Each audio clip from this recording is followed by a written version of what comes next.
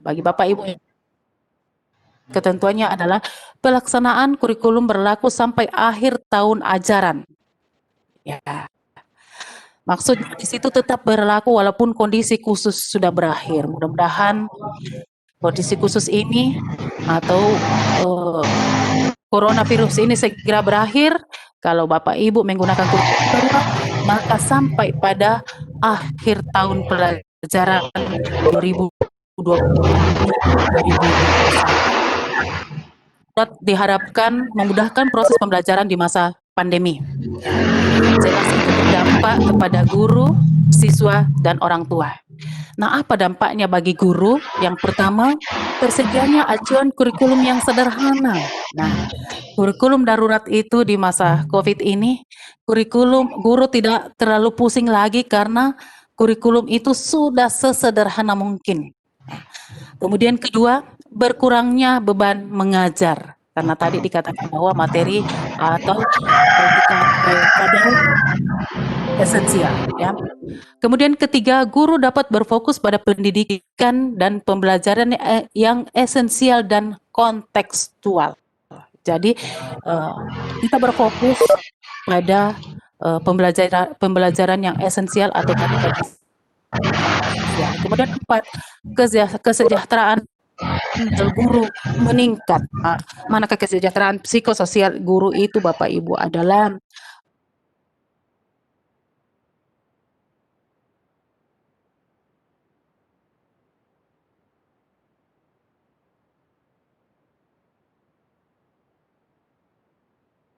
bagi siswa.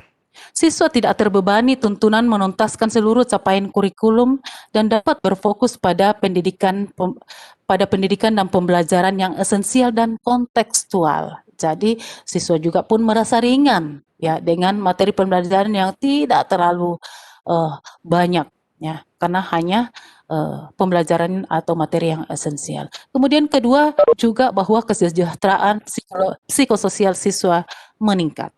Kemudian dampak bagi orang tua.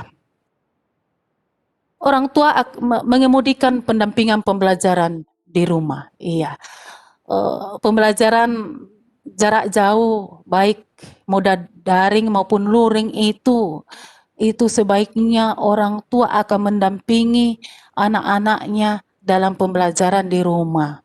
Pembelajaran luring misalnya lewat televisi itu sebaiknya orang tua akan mendampingi sih supaya peserta didik atau anak-anak kita akan betul-betul mengikuti program pembelajaran yang ada di televisi, bukan program yang lain. Kemudian orang tua akan bisa menjelaskan sebaik-baiknya apa yang mereka dapatkan dalam pembelajaran itu. Kemudian kedua, kesejahteraan orang tua pun, kesejahteraan psikososial orang tua meningkat. Kecakapan hidup. Ya, tadi ada pembelajaran kecakapan hidup ya. Apakah itu pembelajaran kecakapan hidup? Menurut Undang-Undang Sistem Pendidikan Nasional, yaitu Undang-Undang Nomor 20 Tahun 2003, pendidikan kecakapan hidup atau life skill adalah pendidikan yang memberikan kecakapan personal, kecakapan sosial, kecakapan intelektual, dan kecakapan vokasional untuk bekerja atau usaha mandiri. Manakah kompetensi personal itu? Kompetensi personal Bapak Ibu, pertama perilaku sesuai dengan norma agama, norma hukum, norma sosial dan budaya nasional, beriman dan bertakwa kepada Tuhan Yang Maha Esa, berakhlak mulia, bersikap adil dan jujur, dan seterusnya. Saya kira coba kita ingat kembali kompetensi personal ini sebenarnya itu adalah isi daripada KI 1 ya Bapak Ibu ya, KI 1. Kemudian kompetensi sosial. Kompetensi sosial bersikap terbuka, objektif dan tidak diskriminatif, berkomunikasi secara efektif, empati dan santun, dan seterusnya. Ini adalah isi daripada KI 2. Ya.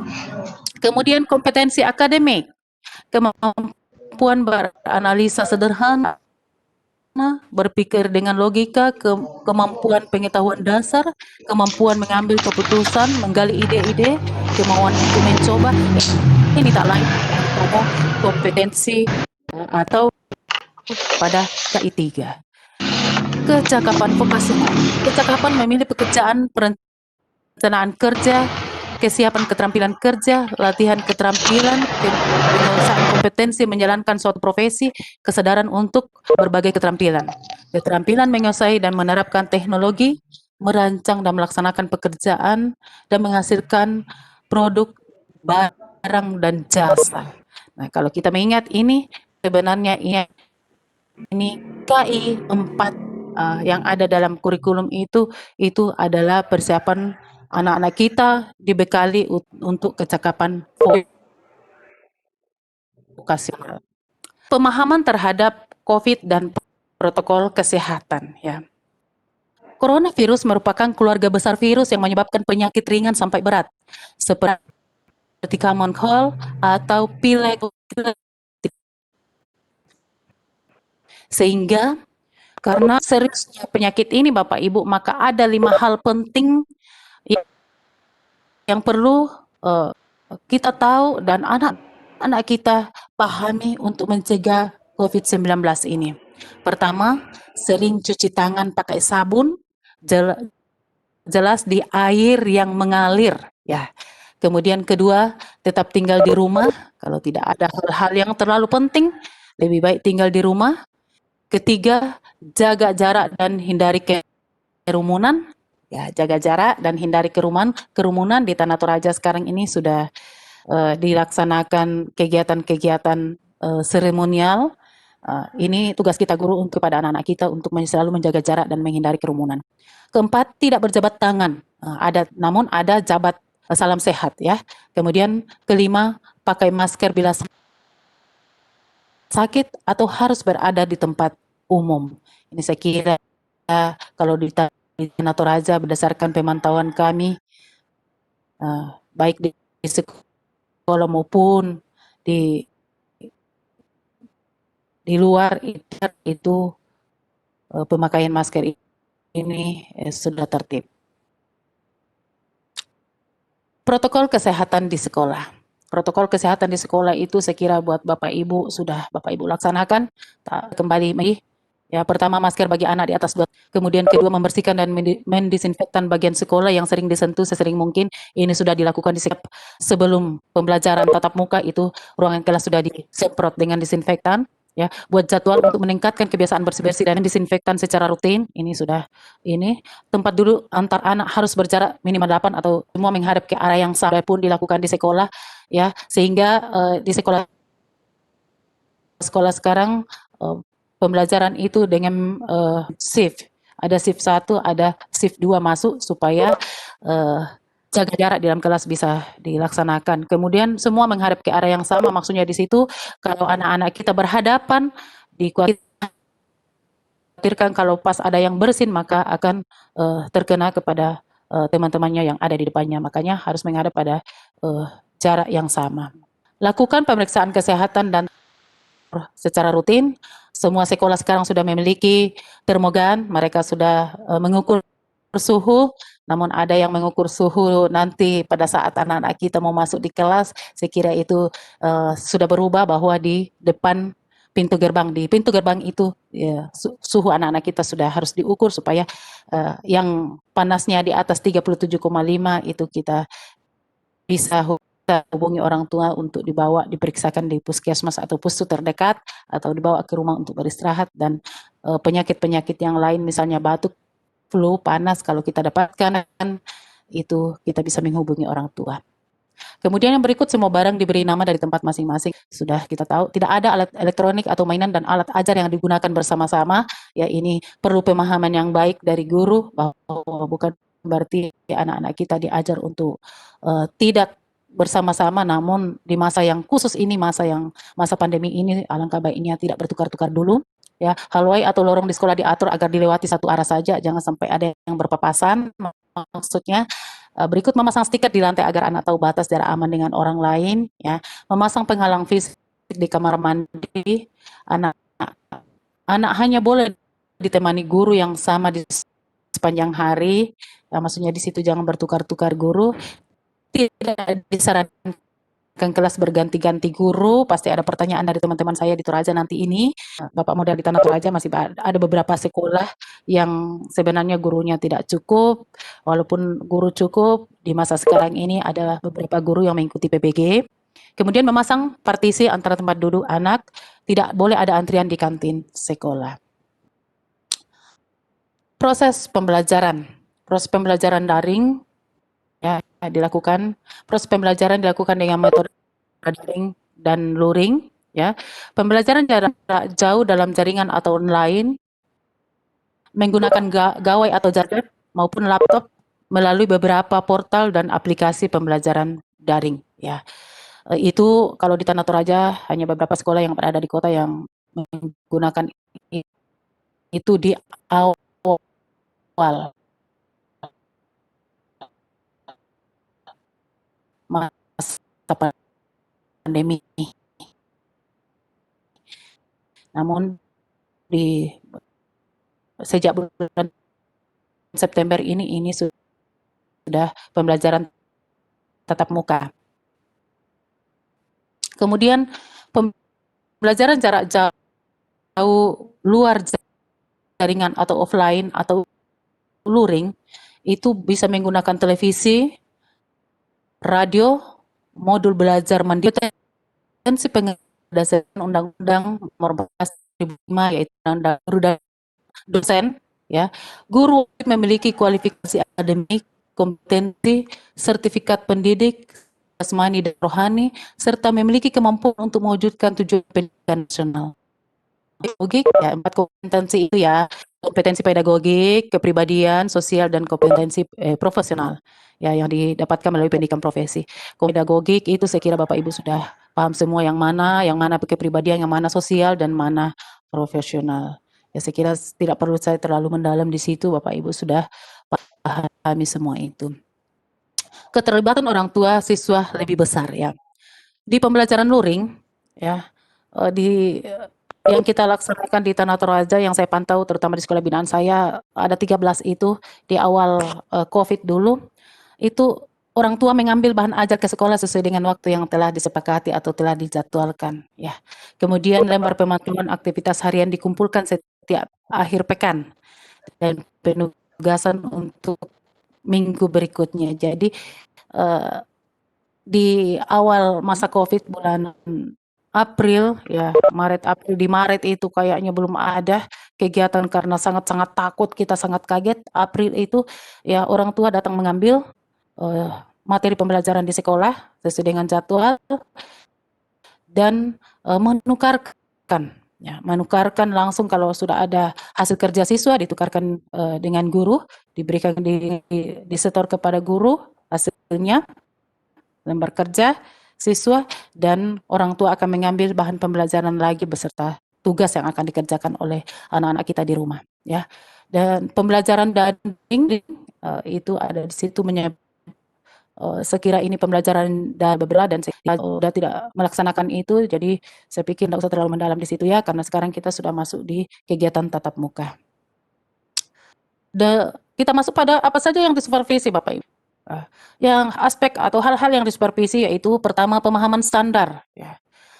Pemahaman standar ini untuk memastikan sekolah memahami standar nasional pendidikan sebagai acuan dalam penyelenggaraan layanan pendidikan yang bermutu. Ya. Kemudian kedua, bagaimana pelaksanaan 8 standar nasional pendidikan. Ya, itu yang disupervisi. Hal kedua yang disupervisi bagaimana keterlaksanaannya. Karena yang menjadi tolak ukur kita di sekolah bahwa bagaimana kinerja kita di sekolah Bapak Ibu, kalau mau Bapak Ibu tahu kinerja Bapak Ibu di sekolah, satu satuan pendidikan itu ukurlah dari 8 standar nasional pendidikan. Jadi keterlaksanaan 8 standar nasional pendidikan itu bagaimana untuk membantu sekolah dalam permasalahan dan hal-hal yang sudah dilaksanakan sebagai solusi dari permasalahan yang ditemukan. Kemudian berikut hal yang berikut adalah bagaimana keterlaksanaan pembelajaran di era COVID ya.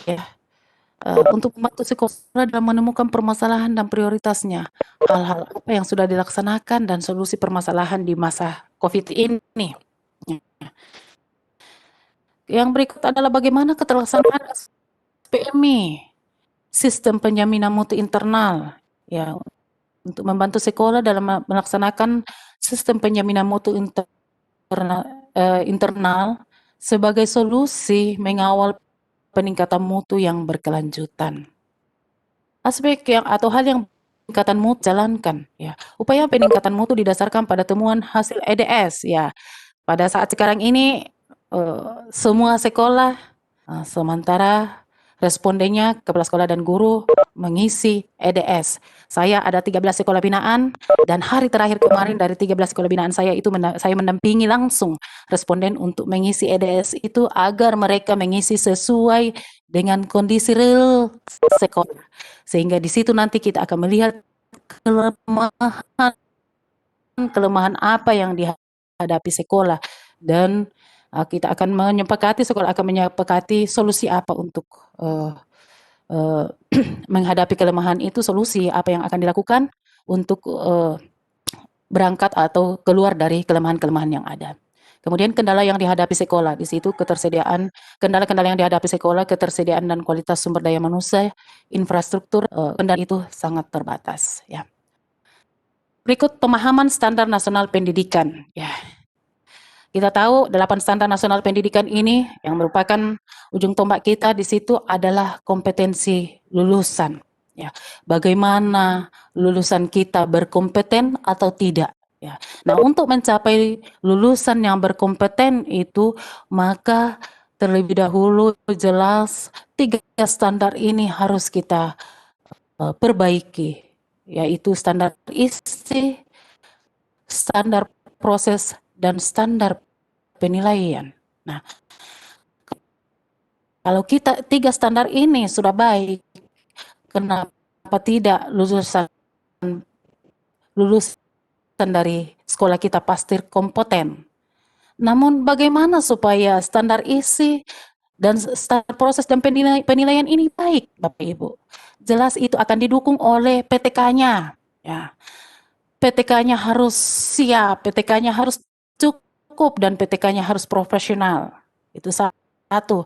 Sarana prasarana juga harus ada tersedia, Bapak Ibu, dan pembiayaan itu harus ada di sekolah. Nah, kalau ketiga standar ini, standar PTK, pendidik dan tenaga kependidikannya cukup profesional, sarana prasarananya ada, pembiayaannya ada, maka dibutuhkan pengelolaan yang mantap, yang baik dari seorang leader atau seorang kepala sekolah, ya.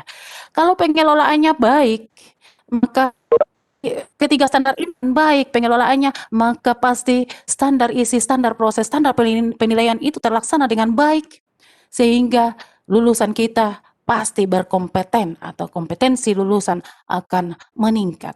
Ya. Nah, 8 standar nasional pendidikan, saya kira Bapak Ibu sudah tahu ini kompetensi lulusan, yang mana saja itu lulusan memiliki kompetensi, dimensi sikap, pengetahuan, dan keterampilan. Ya, isi pendidikan apa-apa saja di dalam proses pembelajaran, Bapak Ibu sudah miliki ini semua, Bapak Ibu sudah pahami, Bapak Ibu sudah kuasai ini semua, ya. Nah, sekarang standar nasional pendidikan ini bahan untuk merefleksi diri di sekolah sendiri, ya. Kalau Bapak Ibu mau mengukur sendiri, mengevaluasi sendiri, saya kira ini kita berikan supaya Bapak Ibu bisa merefleksi sendiri. Pertama, pemahaman standar nasional pendidikan. Apakah standar nasional pendidikan sudah disosialisasikan kepentingannya? Saat ini menjadi kasihkan ke depannya. Bagaimana pemahaman pemangku ke SNP akan melihat sendiri, mereview sendiri ini. Ada instrumen ini, kurikulum yang digunakan, kurikulum apa yang Bapak Ibu gunakan, keterangannya apa di sana, metode pembelajaran yang digunakan, saya kira ini bahan untuk Bapak Ibu Ibu ya. Evaluasi standar proses pembelajaran, demikian pun dengan evaluasi standar proses, ini ada indikator-indikatornya dan sub-indikatornya yang Bapak Ibu bisa dasari. Ya, saya kasih contoh saja, sekolah merencanakan proses pembelajaran sesuai ketentuan. Nah, sub-indikatornya berdasarkan silabus dan pencapaian kompetisi evaluasi ya. Jadi silakan Bapak Ibu ini menjadi bahan buat Bapak Ibu untuk merefleksi sekolah Bapak Ibu sendiri ya. Evaluasi dinas tenaga pendidikan, evaluasi standar pengelolaan sekolah, evaluasi sarana prasarana, evaluasi standar pembiayaan. Jadi 8 standar ya. Kemudian bagaimana keterlaksanaan SPMI. Bapak Ibu bisa evaluasi diri sendiri terlaksana atau tidak. Nah, sekarang kita masuk pada pemanfaatan ya. Apa? Kita lanjut ya. Pemanfaatan TIK dalam supervisi mutu. Ya, pemanfaatan dalam pelaksanaan supervisi mutu di era COVID ini Bapak Ibu, maka teknologi informasi komunikasi itu digunakan ya. Kalau pada bagan yang ada ya, Dinas Pendidikan mengeluarkan ya. Di sini Dinas Pendidikan mengeluarkan penugasan atau SK penugasan kepada pengawas. Pengawas memiliki bahwa ini loh sekolah binaan saya. Contohnya sekolah saya. Ini pengawas wiki data memiliki rapor mutu Bapak Ibu ya. Data EDS Bapak Ibu di tahun 2019 pengawas sudah memiliki itu, sudah memiliki data dari EDS, dari data Dapo ya. Dan sudah di Bapak pengawas sudah mungkin mendampingi, sudah melaksanakan rapat bersama Dewan Guru, baik rapat maupun atau FGD, fokus grup diskusi atau diskusi terpumpun ya. Lalu pengawas melaksanakan observasi dan perval data yang tadi itu. Nah, melalui komunikasi, apakah kalau di Tanah Toraja karena sudah ada pembelajaran tatap muka, pengawas sekarang bisa melaksanakan kunjungan ke sekolah. Ya, kunjungan ke sekolah.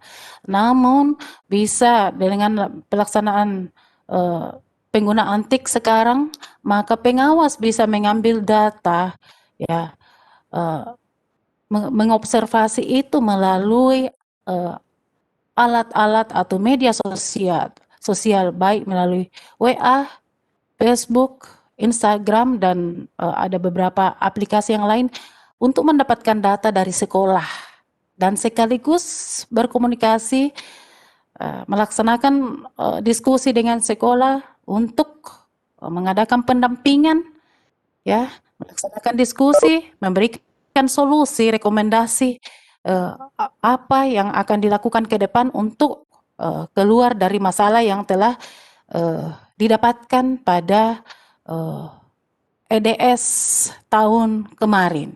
Hasil evaluasi diri Bapak Ibu yang tergambar di rapor mutu Bapak Ibu. Namun saya pribadi mengatakan bahwa rapor mutu sekolah-sekolah yang lalu itu sangat-sangat perlu untuk divalidasi kembali, validasi bersama dengan sekolah bahwa apakah betul keadaan ini, situasi ini betul-betul sesuai dengan kondisi real sekolah ya. Nah, itu pengawas mendapatkan data itu dan melaporkannya ke Dinas Pendidikan itu. Nah, bagaimana optimalisasi pemanfaatan aplikasi e-supervisi? Ada aplikasi e-supervisi yang pada gambar yang tadi ini, Bapak Ibu, setelah pengawas mendapatkan data dari sekolah dan melakukan pendampingan, ya, pengawas tadi bisa mengakses data-data itu dari tidak perlu lagi berkunjung ke sekolah, tapi bisa mengakses data lewat rapor mutu, ya. Lewat rapor mutu di aplikasi e-supervisi. Ya.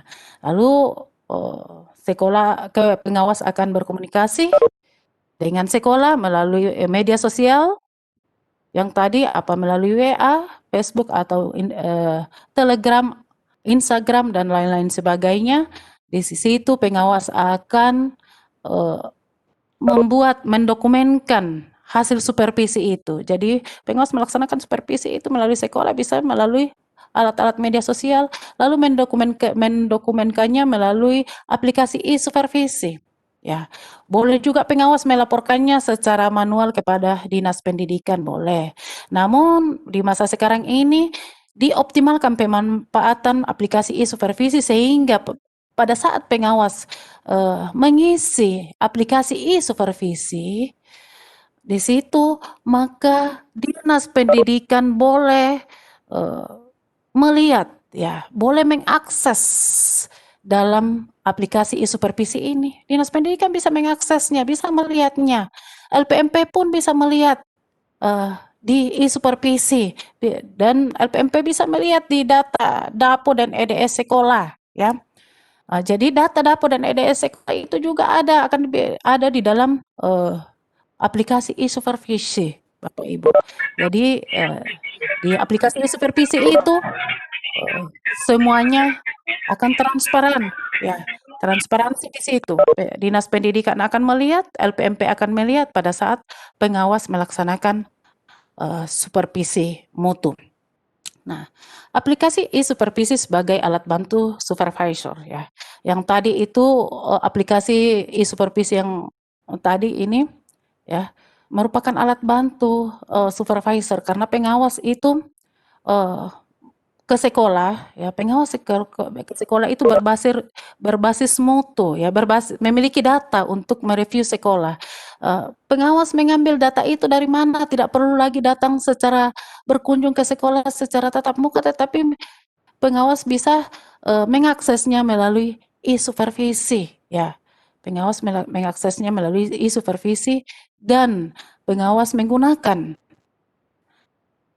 aplikasi aplikasi yang ada, menggunakan media sosial yang ada untuk berkomunikasi dengan sekolah. Dalam ini sudah ada aktivitas supervisi, ya. Aktivitas supervisi, jadi semua aktivitas pengawas itu akan termonitor, ya. Maka pengawas bisa melaksanakan supervisi melalui akses-akses yang tadi itu, alat-alat TIK, alat-alat media sosial tadi itu, ya, sehingga melalui media sosial juga itu pengawas bisa mengkomunikasikan solusi-solusi dari permasalahan-permasalahan yang ditemui oleh sekolah. Nah, di sini di e-supervisi ada verbal data sekolah, ya. Di situ ada Dapodik, catatan rapor review kesimpulan fakta integritas. Rapor mutu itu catatan review kesimpulan fakta integritas. Sehingga pengawas di situ memiliki fungsi verbal terhadap data yang dibuat oleh sekolah, ya. Di tahun 2019 kemarin, ya, EDS sekolah itu tidak bisa ini tanpa di verbal oleh pengawas sekolah. Itu saya kira itu. Terima kasih.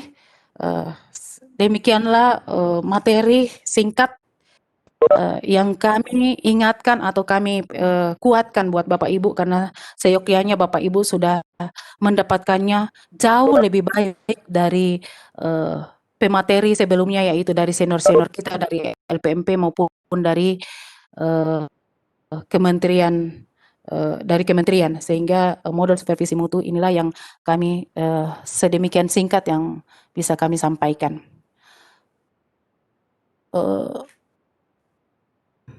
Mungkin kita lanjut di materi yang kedua dulu, ya Bapak Ibu, ya. Kita langsung lanjut ke materi yang kedua.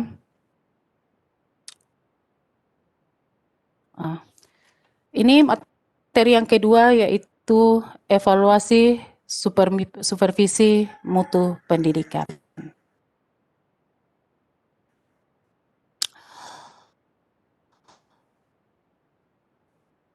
Konsep supervisi mutu, ya, adalah latar belakangnya. Supervisi mutu itu berawal dari peta mutu pendidikan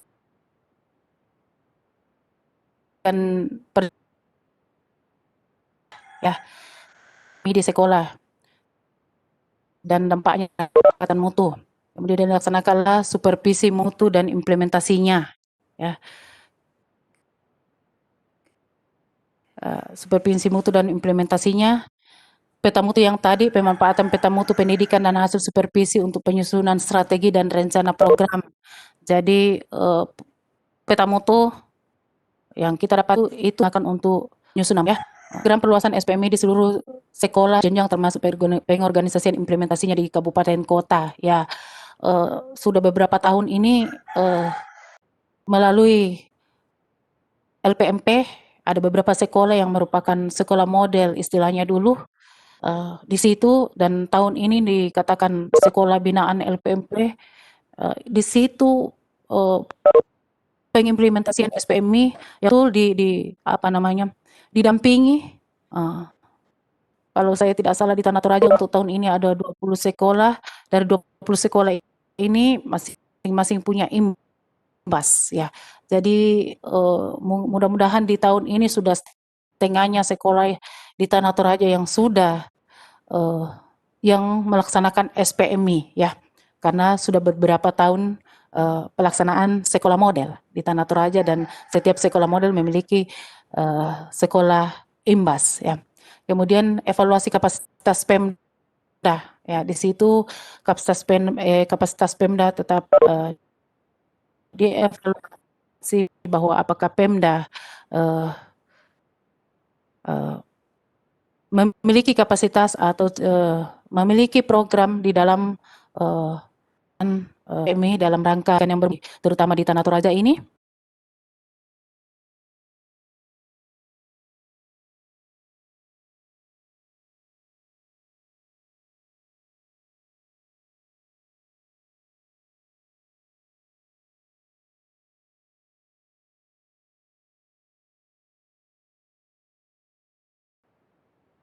Akademik dan manajerial, sekarang ada supervisi mutu ya.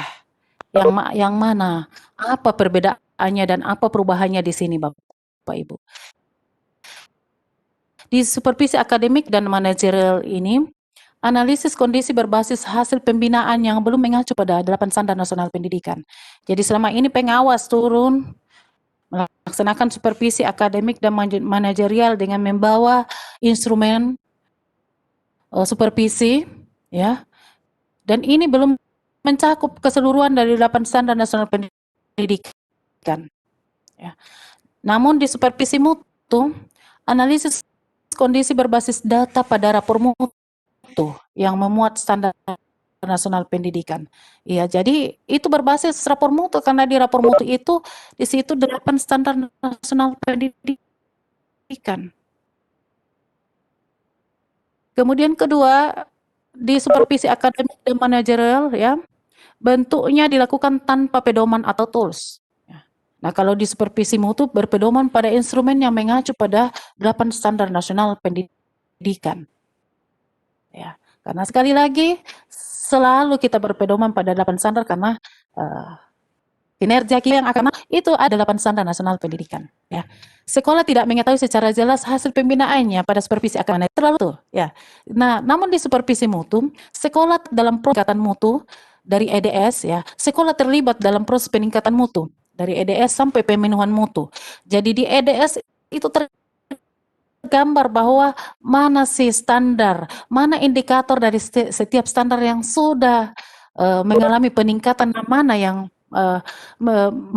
masih kurang ya, dan apa upaya-upaya yang dilakukan untuk pemenuhan mutu ini ya. Kemudian berikut supervisi akademik dan manajerial, analisa kondisi dilakukan secara manual ya, masih secara manual. Pengawas datang di sekolah secara manual juga datang. Kalau 13 macam saya 13 sekolah binaan saya itu ya